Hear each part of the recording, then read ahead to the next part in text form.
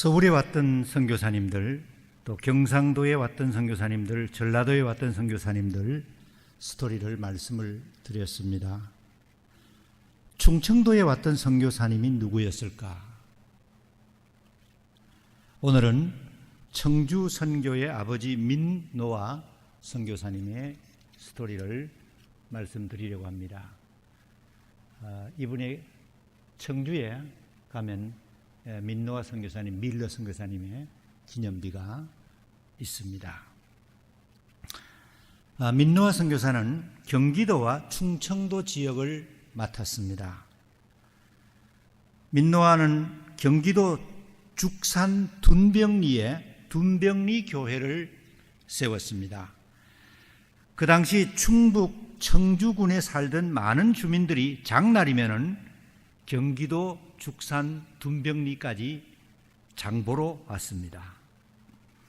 청주의 기독교를 접목시킬 수 있도록 길을 열어주었던 것이 바로 이 둔병리 교회였습니다. 매년 겨울 농한기를 이용하여 둔병리 교회에서 사경회를 개최하였습니다. 지금은 부흥회 하면은 3일, 4일이지만 그때는 보름, 한 달씩 부흥회를, 사경회를 했습니다.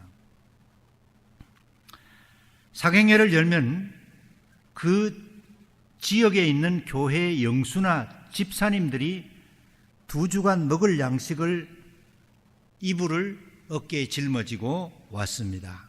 그래서 부흥회 기간 동안에 예배당이나 교인의 가정에서 민박을 했습니다. 이때 사경회 강사는 민노아 선교사님이었습니다. 이 사경회에 처음 참석한 청주 출신 오천보, 문성심, 오삼근은 이 사경회가 신기하기만 했습니다. 이들은 민노아 선교사의 능숙한 한국어 솜씨에 심취되고 말았습니다. 성경을 한국말로 읽는 선교사의 모습이 너무 재미있었습니다. 설교 내용이 아주 조직적이었습니다. 충청도 양반으로서는 더 이상 좋은 진리가 없다는 마음에 결단을 내리고 기독교로 개종을 하였습니다. 에헤야, 배 떠나간다. 영생폭우로 배 떠나간다. 우리 주님이 사공이 되셨으니 아무 두려울 것 없네. 에헤야, 배 떠나간다. 1900년 10월 3일 청주군 신대리 한 주막에서 울려 퍼졌던 예수 찬미가의 한 소절입니다. 사람들이 가장 많이 모이는 주막에 십자가를 달고 태극기를 걸었습니다. 그리고 청년 건달 20여 명이 막걸리 사발을 돌리면서 소리 높여 찬송가를 부르며 예배를 드린 것이 충북 기독교의 출발이었습니다.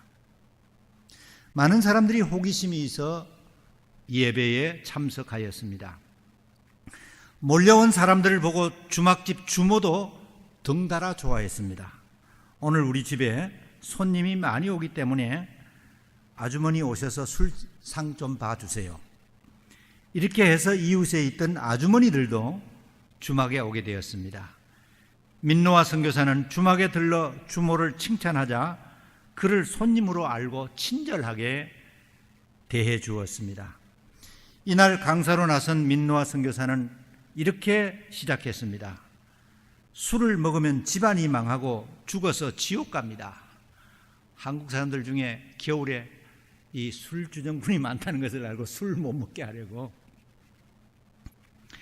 이 말을 듣고 있던 주모의 얼굴색이 싹 변했습니다. 술을 못 마시게 하는 말이므로 자연히 화가 났습니다. 이 말에 놀란 주모는 빗자루를 휘두르면서 민노아 선교사와 거기 모인 사람들을 모두 쫓아내어 버렸다고 합니다. 민노아 선교사님은 오천보의 집을 구입해서 예배를 드리기 시작했습니다. 이 신대교회가 청주 지방의 첫 번째 교회였습니다. 여기 있죠. 충청도의 첫 번째 세워진 교회입니다. 이 교회에 모였던 사람들은 하나님을 만나는 기쁨과 예수 그리스도가 이 땅의 소망인 것을 깨닫고 열심히 전도해서 괴산읍교회를 세웠습니다. 민노아 선교사의 전도를 받고 그를 도왔던 김흥경의 열심 있는 전도로 청주 읍내 젊은이들이 모여서 청주읍교회도 세웠습니다. 청주읍교회는 청주의 모 어머니 교회가 되었습니다. 민노아 선교사는 열심히 전도해서 충청도 여러 지방에 교회를 세웠습니다. 이 밀러 선교사는 1866년 뉴저지 바로 이웃에 있는 펜실베니아 피츠버그에서 태어났습니다. 의사인 아버지의 7남매 중 장남이었습니다. 뉴욕에 있는 유니온 신학교를 졸업하고 1892년에 부인과 함께 한국으로 왔습니다. 서울에서 예수학당 교장직을 맡고 사역하다가 아내를 사별하게 되었습니다. 한국에 온 지 10년째였습니다. 그리고 그의 자녀가 5인데 2을 서울에서 잃었습니다. 그러나 그는 조금도 하나님을 원망하지 않고 모두가 주님의 뜻으로 알고 인내하며 사역하였습니다. 1년 후에 정신학교 교장이었던 도티와 재혼한 뒤에 함께 청주로 내려와서 청주 사역을 시작하게 되었습니다. 27년간 청주에서 사역한 뒤에 안식년으로 부인과 함께 캘리포니아로 갔습니다. 부인이 한국에서 얻은 병으로 2번째 부인도 캘리포니아에서 사별하게 됩니다. 그러나 청주에 두고 온 많은 교회들과 성도들을 생각하니 미국에 더 있을 수가 없었습니다. 다시 청주로 돌아왔을 때 청주에 있는 많은 교인들과 교역자들이 그를 대대적으로 환영해 주었습니다. 민노아 선교사는 문학에 글 쓰는 재주가 많았습니다. 그래서 소책자를 만들어서 전도용으로 사용했습니다. 찬송가도 직접 작사하였습니다. 지금 우리가 가지고 있는 찬송가 중에 이분이 지은 찬송가가 5곡이나 있습니다. 96장 한번 찾아보실래요? 96장 제목이 뭡니까? 96장 제목이 뭡니까? 예수님은 누구신가? 그 작사에 왼쪽에 보시면 작사에 1905년 민노아 되어 있죠. 이분이 충청대에 오셨던 이분이 작사한 찬송가가 96장 204장 주의 말씀 듣고서 427장 마음 가난한 사람 복이 있나니 588장 공중 나는 새를 보라 농사하지 않아도 451장 예수 영광 보리사. 민노아 선교사는 1937년 향년 71세로 청주에서 하나님의 부름을 받았습니다. 서울에서 9년, 청주에서 37년, 46년간 그의 젊음과 생애를 바쳐서 한국인에게 복음을 전해 주었습니다. 그리고 민노아 선교사는 그의 유언에 따라서 청주에 묻혔습니다. 그래서 청주 선교의 아버지라고 부르고 있습니다. 예수님이 이렇게 말씀하셨습니다. 누구든지 나를 따라오려거든 자기를 부인하고 자기 십자가를 지고 나를 따라오너라. 누구든지 자기 목숨을 구하고자 하는 사람은 잃을 것이요 누구든지 나와 복음을 위하여 자기 목숨을 잃는 사람은 구원하리라. 주님과 복음을 위하여 낯선 한국 땅에 와서 부인을 2번씩이나 잃고 자식을 잃고 복음을 전하다가 한국 땅에 묻힌 아름다운 미국인이었습니다. 우리가 복음을 듣고 예수를 믿게 된 것도 이런 전도자들 덕분에 복음을 듣게 되고 예수를 믿게 되고 한국 교회가 부흥하고 자라게 된 것입니다. 참으로 하나님의 은혜가 얼마나 크고 감사한지 알 수 없습니다. 이제 본문으로 들어가겠습니다. 죽기 전에 예수님의 재림을 볼 수가 있을까요? 우리 차 집사님 팔을 다쳐서 고생하시고 오늘 처음 나오시는데 예스예요, 노예요. 죽기 전에 예수님의 재림을 볼 수 있을까? 참 애매하죠, 대답이. 그죠? 네. 예스라고 합시다. 9장 1절 우리 성가대가 한번 읽어주세요. 시작.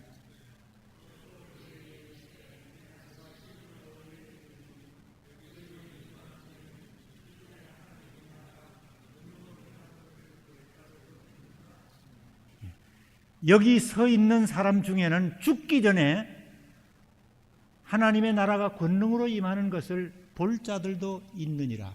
누가 하신 말씀입니까? 예수님이 하신 말씀입니다. 예수님이 하신 말씀은 틀림없습니다.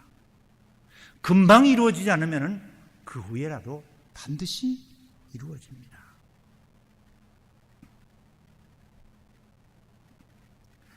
여러분과 저는 하나님의 은총을 받은 자입니다. 지난 주일 찬양이 여기에 모인 우리 주의 은총 받은 자여라 은혜스러운 찬양이었습니다. 왜 우리가 은총을 받은 사람입니까? 오늘 이 시간도 하나님의 복음을 듣고 있기 때문입니다. 아무리 똑똑하고 아무리 잘 살고 아무리 좋은 동네에 산다고 할지라도 복음을 듣지 못하는 사람은 가장 불쌍한 사람입니다. 그러나 우리 삶이 좀 힘들고 어려워도 하나님의 복음을 듣고 복음 안에서 자유함을 누린다면 그 사람이 가장 행복한 사람입니다. 복음이 무엇입니까? 복음은 굿 뉴스입니다. 지난 주간 맥케인 상원 의원이 세상을 떠났습니다. 어저께도 CNN에서 중계를 했죠. 아리조나에서 비행기로 출발하고 또 워싱턴에서 장례하는 절차를 보았습니다. 트럼프에게는 굿뉴스였습니다. 바른 말로 자신을 공격하니까 자신을 공격하던 사람이 없으니까 굿뉴스죠. 그러나 대다수의 미국인들에게는 슬픈 뉴스였습니다. 미국을 사랑하고 월남 전쟁터에 가서 5년 동안 포로 수용소에 갇혀서 해군 사관학교 출신 아닙니까? 조종사 아니었습니까? 나중에 석방시켜줘도 나만 못 간다고 같이 가야 된다고 했던 참 미국을 사랑하고 미국을 위해서 살았던 훌륭한 분이 세상을 떠났습니다. 복음이란 모든 사람에게 다 좋은 뉴스여야 합니다. 복음은 모든 사람에게 다 좋은 뉴스는 예수입니다. 복음은 예수입니다. 예수님이 나를 위해 죽으셨다는 이야기가 복음입니다. 왜냐하면 예수님의 죽음 때문에 예수님의 십자가 때문에 나의 모든 죄가 다 용서받았으니까요. 예수님이 나를 위해 부활하신 것이 복음입니다. 예수님의 부활하신 것이 내 부활의 보증이니까요. 예수님의 재림이 복음입니다. 예수님이 다시 오시면은 여러분과 저를 예수님이 준비하신 곳으로 데려가시니까요. 마가복음 9장 1절에서 예수님의 재림을 눈으로 볼 자가 있다고 예수님은 말씀하셨습니다. 지지난 주간에 남북 이산 가족 만남이 있었습니다. 엄마와 딸이, 아버지와 아들이, 형제가 서로 붙들고 우는 안타까운 모습을 보고 많은 분들의 마음이 아팠습니다. 이산 가족 중에 아직도 살아있는 분들이 70, 80, 90, 100세가 되는 분들이 2만 명이 있다고 합니다. 그런데 이것도 찔끔찔끔 1년에 2번 100명씩 2번 만나잖아요. 그렇게 만나면은 이 2만 명이 다 만나려면 100년을 살아야, 앞으로 100년을 살아야 2만 명이 다 만난다. 지금 100살인 사람이 200살까지 어떻게 삽니까? 가족 중에서 한 형제가 헤어지면서 하는 말이었습니다. 형님, 통일이 되는 날까지 우리 죽지 맙시다. 그게 인력으로 됩니까? 사람이 살고 죽는 게. 얼마나 안타까웠으면 형님, 우리 죽지 맙시다. 이산 가족들은 통일의 날을 기다리고 있습니다. 그러나 우리는 예수님이 다시 오실 날을 기다리고 있습니다. 요한계시록 1장 7절 말씀, 우리 여자반에서 읽어주시기 바랍니다. 시작.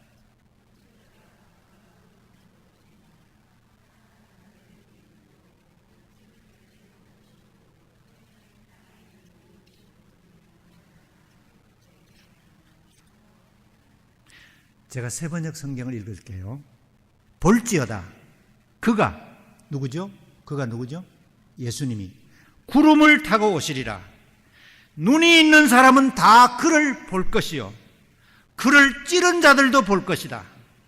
땅 위에 있는 모든 족속이 그분 때문에 가슴을 칠 것이다. 꼭 그렇게 될 것입니다. 아멘.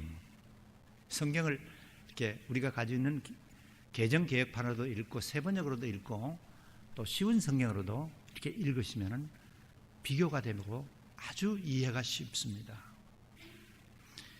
박해 속에서 생명의 위협을 받고 있던 제자들에게 필요한 것은 박해 저편에 있는 하나님 나라의 영광이었습니다. 다시 오시겠다는 예수님의 말씀은 오늘도 고난 가운데 살고 있는 성도들에게는 위로가 됩니다. 암으로 투병하고 있는 성도에게는 큰 소망이 됩니다. 지금도 무슬림 지역에서는, 무슬림들이 사는 나라에서는 기독교인들이 얼마나 많이 박해를 당하고 죽는지 모릅니다. 1년에 순교자가 6,500명씩 무슬림 국가에서 순교하고 있습니다. 핍박을 받고 있는 무슬림 지역에 사는 성도들에게는 예수님이 다시 오신다는 이 복음이 얼마나 큰 용기와 소망이 되는지 모릅니다. 마태복음 24장 30절 우리 남자반에서 읽어주시기 바랍니다. 시작.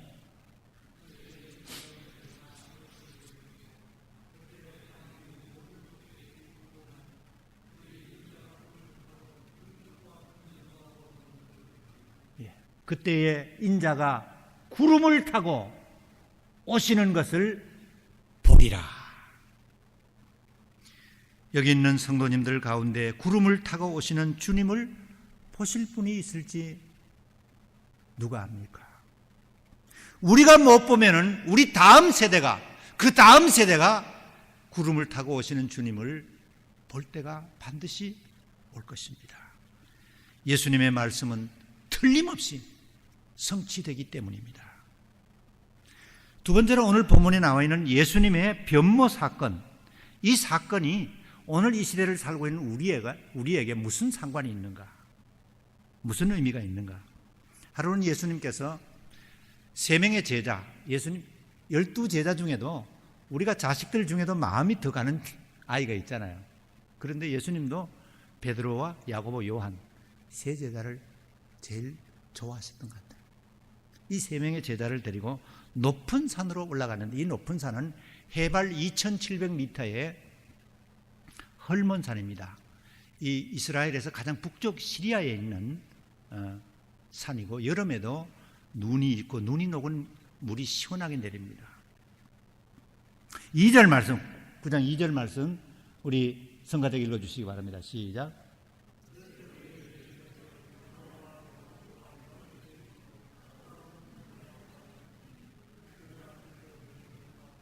예. 예수님이 베드로와 야고보, 요한을 데리고 헐몬산에 올라가셨을 때 그들 앞에서 변형되셨다. 그런데 마태복음에는 이 변형되었다는 예수님의 얼굴이 해같이 빛났다. 좀 더 구체적이죠. 또 누가복음에는 기도하실 때에 예수님의 용모가 변화되고 그 옷이 휘어져 광채가 나더라.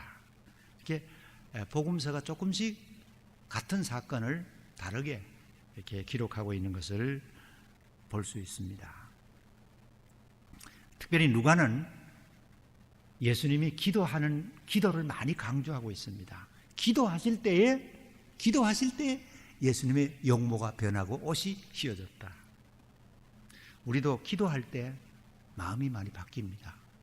아, 내가 지금 판단한 판단이 잘못되었구나. 내가 지금 생각하고 있었던 생각이 잘못되었구나. 기도할 때 하나님께서 이렇게 변하게 만드십니다. 그러나 중요한 것은 기도가 아닙니다. 오늘 이 헐몬산에서 예수님이 세 제자에게 보여주셨던 이 변형 사건은 우리에게 특별한 메시지가 있습니다. 첫 번째는 이 사건은 예수님이 메시아라는 하나님의 증언이었습니다. 베드로가 예수님께 주는 그리스도시요 살아계신 하나님의 아들이라는 신앙 고백을 했죠. 이 신앙 고백과 관련이 있습니다. 이 신앙 고백을 들으신 후에 예수님이 베드로를 데리고 헐몬산에 가신 겁니다. 그리고 예수님의 얼굴이 해같이 빛났던 겁니다. 그리고 7절 성가대기 읽어주시기 바랍니다. 시작.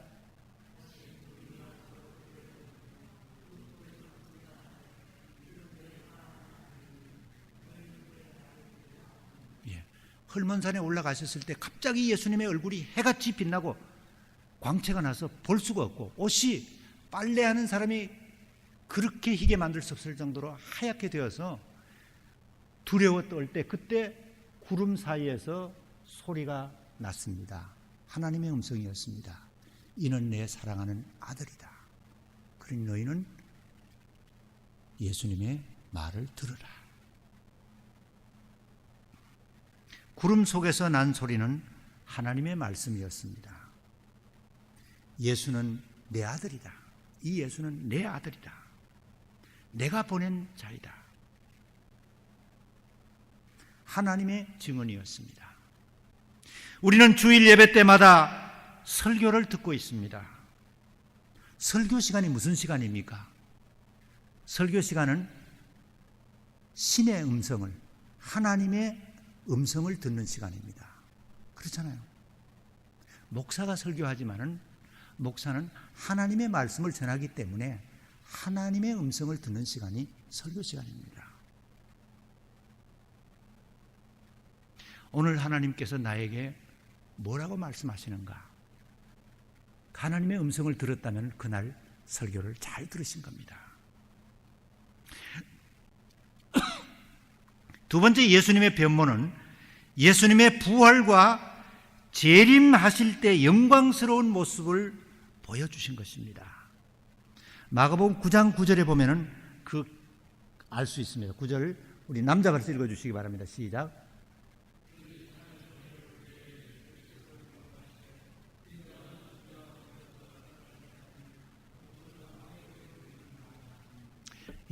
예수님이 베드로와 요한과 야고보와 산에서 내려오실 때 너희들이 절대로 앞으로 내가 인자가 죽은 자 가운데서 살아날 때까지는 오늘 사건을 누구에게도 발설해서는 안 된다. 너희만 알고 있거라. 그런데 제자들이 그게 무슨 말인지 몰랐습니다.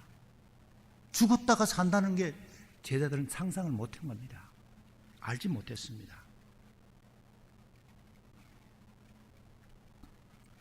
그런데 예수님이 얼마 후에 십자가에서 운명하시고 그리고 3일 후에 부활하셨죠. 그리고 부활하신 날 저녁에 제자들이 모두 유대인들이 예수를 죽였던 유대인들이 자기들도 죽일까 봐 방에서 문을 걸어 잠그고 떨면서 방 안에 있었습니다. 그때 부활하신 예수님의 문을 걸어 잠근 그 방에 부활하신 몸을 보여주셨습니다. 그리고 40일 동안에 500여 명의 성도들에게 부활하신 모습을 다 보여주셨습니다. 아마 그제서야 제자들이 아하, 예수님이 왜 변화산에서 그 사건을 말하지 말라고 했던가, 아마 예수님의 말씀을 깨달았을 것입니다. 베드로후서 1장 16절에서 18절 우리 성가대가 읽어주시기 바랍니다. 시작.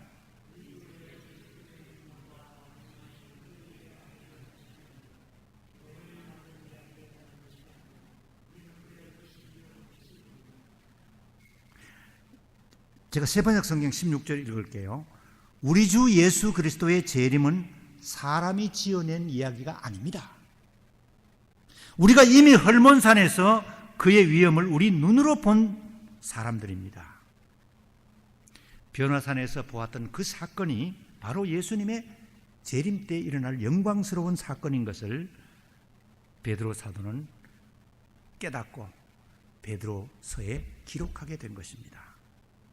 마지막으로 예수님이 헐몬산에서 얼굴이 변형되신 그 영광스러운 변모 사건은 장차 여러분과 제가 얻을 영광스러운 부활을 보여주신 것입니다.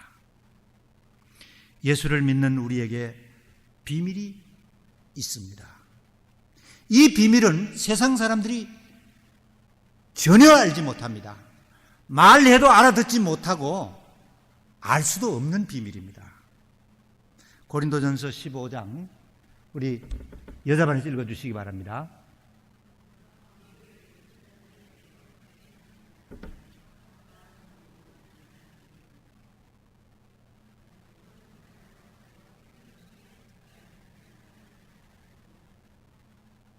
(43절) (44절) 42절, 예, 또 읽으세요.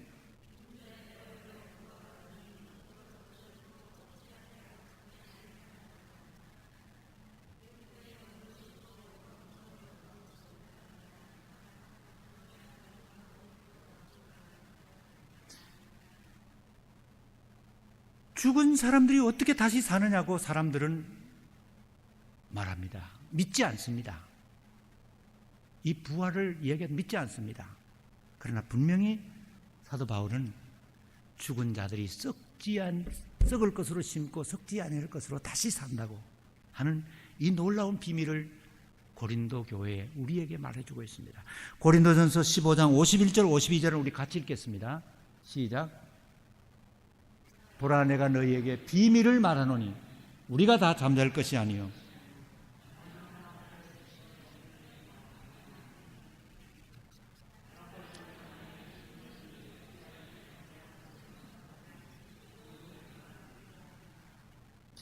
제가 세번역으로 읽겠습니다. 보라, 내가 너희에게 비밀을 말하노니 우리가 다 죽고 말 것이 아니다.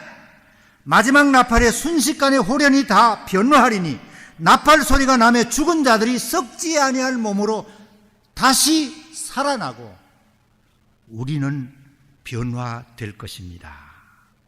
여기 변화라는 단어가 계속 나옵니다. 변화된다, 변화된다. 우리는 죽고 썩고 끝나는 존재가 아닙니다.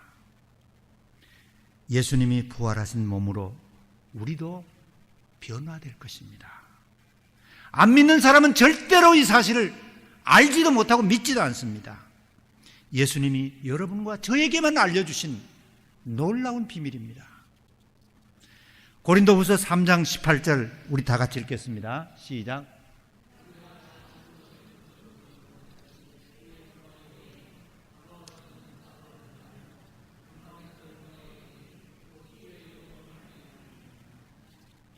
제가 세 번째로 다시 한번 읽겠습니다. 우리는 주님과 같은 모습으로 변화되어 점점 더 큰 영광에 이르게 될 것입니다. 이것은 영이신 주님께서 하시는 일입니다. 이게 사람이 하는 일이 아닙니다. 우리가 점점 더 큰 영광에 이르게 되는 이 놀라운 축복은 주님이 하시는 일입니다. 여러분과 저는 미국에 살고 있는 이중 시민권자입니다.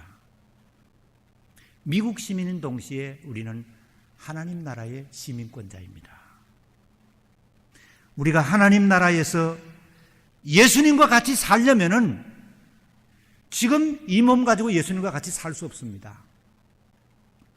예수님과 똑같은 영광스러운 몸으로 변화되어서 그래야 우리가 예수님과 함께 살게 될 것입니다. 빌립보서 3장 20절 21절 읽고 기도하겠습니다. 시작.